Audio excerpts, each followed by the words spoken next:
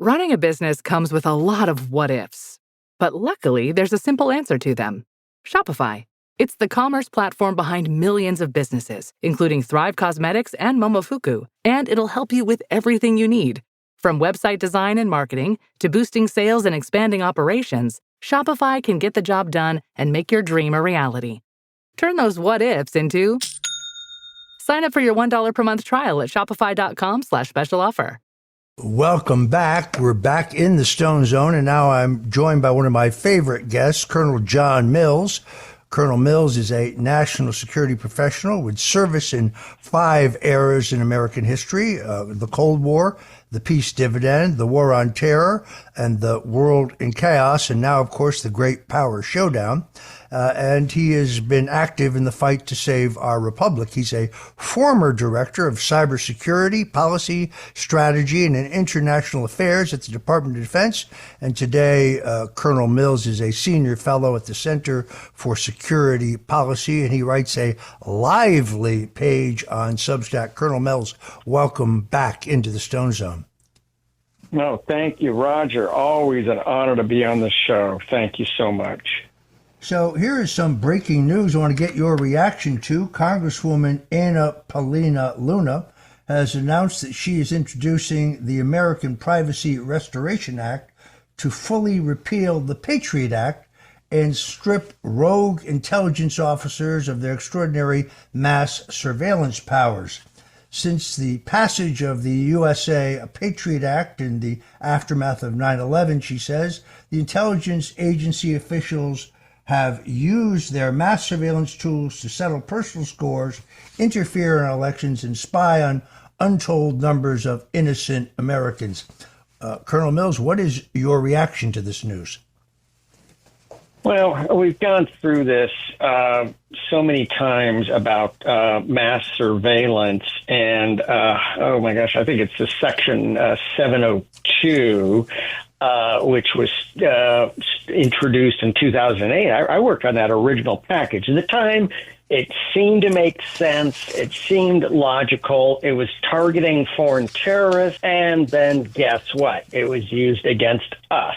It was used against you, Roger. It was used against me. It was used against many people. The unmasking episode, Susan Rice, who unmasked people. The fraud of Russiagate essentially had mass surveillance elements to it. So this is what they do every time it comes up for renewal. People say, we don't want it. And then, essentially the intelligence agencies, the big 3, depending on certain things, it would be NSA, the FBI's NCI, JTF, and DHS. They come together and they give a dog and pony show to Congress, and they reveal the magic of what can be had. And the collection capabilities have just grown exponentially. I'm no longer behind the curtain, don't know what their current status is, but I can assure you the capabilities from when we started in 2007 grew exponentially, and it's intoxicating when the members of Congress get these briefs. Most of them are almost drunk with what they receive, and they go, oh boy, we got to have, not only do I like it, I want more of it. And this is the problem. So it has to be tailored. It has to be tailored to each situation. We need a FISA warrant for each event. And they say, oh, things happen too fast. We can't do this.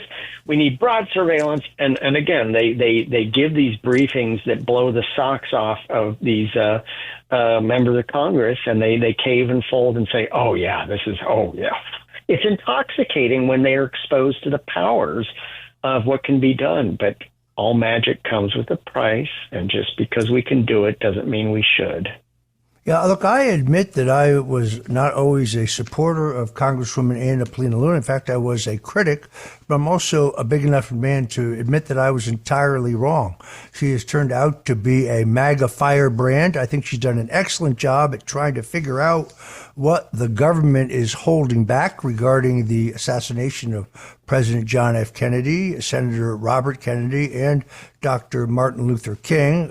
We talked extensively on this show about the fact that the disclosures from the National Archives have been limited to the JFK assassination records collection, but that there's substantial information, for example, still at the Department of State, the Department of Defense, the IRS, the Army Intelligence, and other places. Again, she today is right on the money. The Patriot Act has been abused. It's not incidental that Judge Jeb Boasberg, the same judge who said Donald Trump does not have the constitutional authority to deport violent illegals who are in this country, is the same judge who oversaw the FISA court's warrants that were used to spy on Donald Trump's presidential campaign. How incredibly coincidental. So I think this is a necessary move. I know there are neocons in the Republican Party who will not be comfortable with this. Yesterday I saw Congressman Stube from Florida also commenting on the fact that nobody from our intelligence agencies, not the Secret Service, not the FBI, has briefed him and other members of the House Intelligence Committee regarding what they know about the 2 assassination attempts on President Donald Trump, where, to my mind, we still have far more questions than we have answers. We can go through the questions, but they're mind-boggling. How is it that the state police, the local police, Homeland Security, and the Secret Service are aware that there's a man with a gun who's been seen with a rangefinder within the sealed perimeter of Trump's event for 92 minutes, but nobody informs President Trump's direct security detail, and therefore he was not evacuated as would have been the protocol? How is it that the state, local, and federal authorities are on 3 separate radio frequencies and cannot speak to each other? Why would they immediately hose down the roof where the man they claimed was the shooter shot from, destroying any DNA evidence? This list goes on and on. What is your take on this, Colonel Mills? Well, going back to in Butler, Pennsylvania, President Trump was willfully getting economy minus level of protection. There's different tiers of support. They clearly were intentionally going on the cheat to give him maximum exposure. People forget. We still have not totally, to the best of my knowledge, captured all these Iranian assassins that are inside the country. And the Biden team was intentionally giving economy minus protection in the tiers of protection to President Trump. It was shameful, and we need accountability for this. But that's what was going on. And remember, it was Dr. Jill, who just, for whatever reason, had to go to Pittsburgh that day, which drew even more resources away. So definitely we were not getting President Trump was not getting the best attention. This was intentional. They couldn't have cared less if he'd been shot. So we need accountability on everything that was going on. And it's the cooperation. We don't have all these findings, these mysterious backgrounds. I mean, we're finding out the FBI cover-up. Oh my gosh, what was the cover-up just exposed on?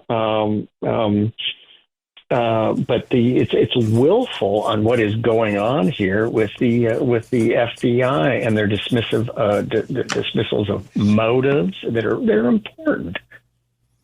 I find the attempted assassination in West Palm Beach even more troubling. Hard for me to believe that the suspect, Ryan Routh, who they tell us is indigent, they tell us he's behind in his rent payments, behind in his alimony, lives in Hawaii.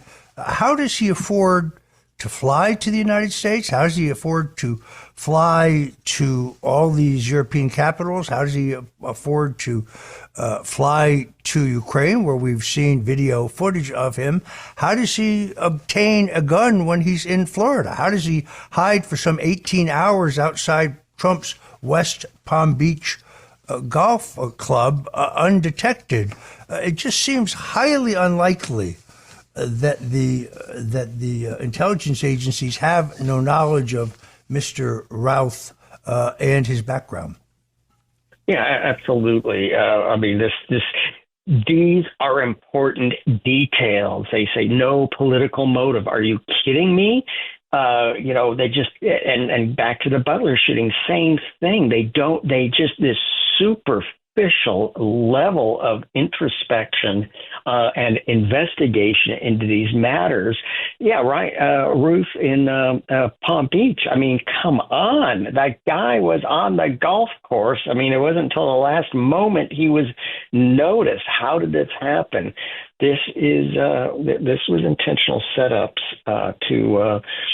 they were trying to get President Trump out of the race one way or another. So this is just unacceptable. But this is the absolute politicalization, weaponization of these agencies, and we've just from all of these personalities through the years back to Russiagate. We just had extremely toxic personalities that were involved with this, and this allows these sick people to penetrate. But again, with Ruth and Palm Beach, I mean, come on, look at this guy's travel history and his background for Ryan here. I mean, it's just unbelievable. Interesting to me that the intelligence agencies and law enforcement tell us that they cannot get into the encrypted information in the cell phone of Thomas Matthew Crooks. That's the man that they say shot at President Trump and killed Corey Comparatori, the brave firefighter who died shielding his wife and daughter that day. It really aggravates me to see people on social media claim that nobody was shot that day, that the whole thing was a psyop. It particularly aggravates me when people said that I somehow arranged it, which shows that they're truly mentally ill. But it's interesting that Apple has refused to turn over the contents of Crook's phone, saying it would be a violation of his privacy. Yet Apple was more than happy to turn over the contents of my phone to Robert Mueller and his thugs without even getting a subpoena. Talk about the so-called double standard. And then, as I said earlier, hosing down the roof of the building that Crooks allegedly shot from before testing for DNA reminds me when they hosed out the back of the limousine in which John F. Kennedy was shot within an hour of that murder. I mean, it's the fact that this is a cover-up is, I think, extraordinarily easy to see. What I wonder is whether President Trump himself or his FBI director have demanded answers from the Secret Service, because the public story really defies credibility. That Crooks acted alone seems unlikely to me. We've seen video footage of him and still photos of him talking on the telephone. Who is he talking to? Obviously, somebody. We also know that just average citizens see him on the roof with a gun. They're shouting about it, yet those in law enforcement take no action. And then it's pretty clear that the government's counter sharpshooter has Crooks, or whoever was shooting from the roof, in their sights.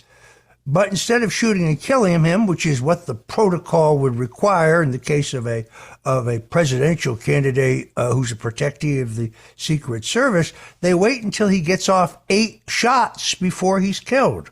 I find that deeply troubling. Yeah, absolutely. It was the San Bernardino shooting from years ago where the public story is Apple would not help. I tend to believe, I have a different view of it. But there's also now there is a lawsuit from the San Bernardino case where the FBI was able to get support to unlock the phone of the San Bernardino shooter from years ago. Okay, this was like 2016. There was an Australian firm named Azimuth that it looks like the FBI contacted to unlock the phone. Again, I still think Apple may have unlocked the phone themselves, and that they wanted to play dumb and pretend they didn't do it. But come on, look, this is we unlocked the San Bernardino shooter. Why have we not done the same routine to unlock Crook's phone in Butler, Pennsylvania? I mean, this is just we got a long list of gigs we got to go through at all these three-letter agencies, but I mean, this should be at the top of the stack to figure out, but what was going on in Butler, what was going on at the Mar-a-Lago golf course, what was going on here, and who knew what, and when did they know it? What's going on in China today? What is this power struggle that you have written about? Horrendous power struggle going on inside of China, and this is the tariffs have punched the communist Chinese in the face. Now, fake news would have it, oh boy, it's so horrible in America because of these tariffs. Look, yeah, I mean, yes, maybe we're not getting inexpensive slave labor product from China. Most Americans can put up with that and see the villainy of what's going on from China. But China needs us far more than we need them, and the tariffs have brought factories to an absolute standstill. There's just a bazillion containers that have been left behind on the docks that didn't meet the April 9th cutoff. Sailings have been canceled, mass layoffs, unrest in the streets, and Xi is replacing his generals and admirals. I can't even keep it's faster than the Israelis knock out the IRGC commanders. I can't even keep track. And he's so massive unrest inside of China. We have the cards when it comes to tariffs with China, and that is an absolute punch to the face.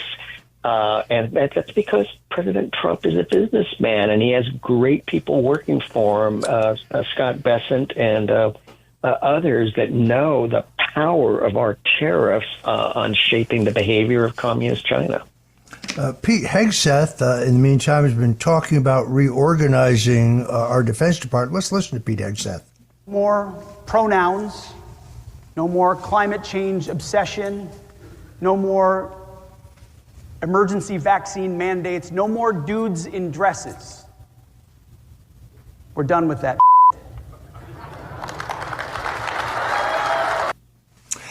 Colonel Mills, we got about a little more than a minute. Your assessment of the Secretary of Defense. Oh, this Secretary Hegseth is doing an absolutely fantastic job, and all his staff. This is real. The absolute destructive, corrosive, cancerous nature of DEI and CRT cannot be understated in its horrible effect in reducing combat effectiveness of the Department of Defense. We are under Biden. We spent more than ever before, and the military shrank and was less ready than ever. But we spent more than ever, but the military was less ready than ever. This is absolutely crazy. Now, a former friend of mine, a general, was just shooting his mouth off on LinkedIn today, and it shows the heinous nature of so many of these generals and admirals that they think nothing about what the Biden team was up to, and they applaud DEI and CRT, but how dare Donald J. Trump and MAGA transform the military back into its constitutional parameters. I mean, we got a lot to do, but we're absolutely on the right path with Hegseth, and we got to just jump on the gas pedal. All right, we have to leave it there. I want to thank our guest, Colonel John Mills. Also, thank our many listeners out there in the Stone Zone. Thank you for joining us. And until tomorrow, God bless you and Godspeed.